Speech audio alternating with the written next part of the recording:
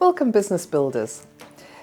20 and more years ago, business was all about making initial contact through things like lists you could buy, online blast, email campaigns, and formulaic networking. And then once this was done, product or service benefits were pushed, and voila, people then bought them, or they didn't, and that was that. But as clouds have gathered on the economic horizon, especially post-COVID and into the cost of living crunch, relationship has emerged, and many would argue has re-emerged, as critical. Things like creating rapport, building a relationship database, and remembering that prospects, customers, team, and suppliers are first and foremost people. Well, these are current buzzwords in business, and I'd argue rightly so. As buyers, we don't want to be sold to, we want to be related to.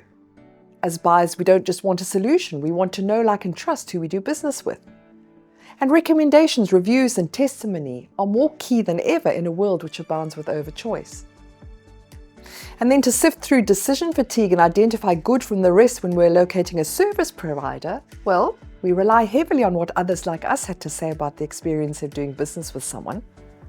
We rely on the opinions of others, and it matters who we do business with. These count now more than ever.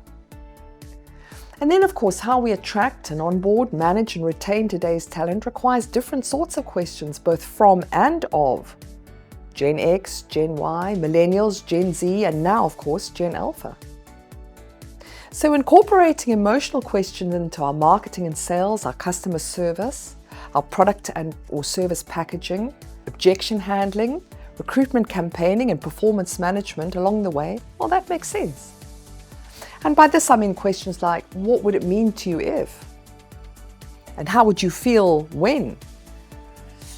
What sort of pain would you be avoiding if? What's the cost to you of not? What's the most important thing to you about? But questions like these take practice because they can feel and sound intrusive or rude and pushy if they aren't finessed and authentic.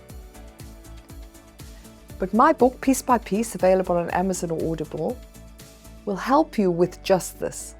How to sound good, how to ask good questions. So why not treat yourself to a copy?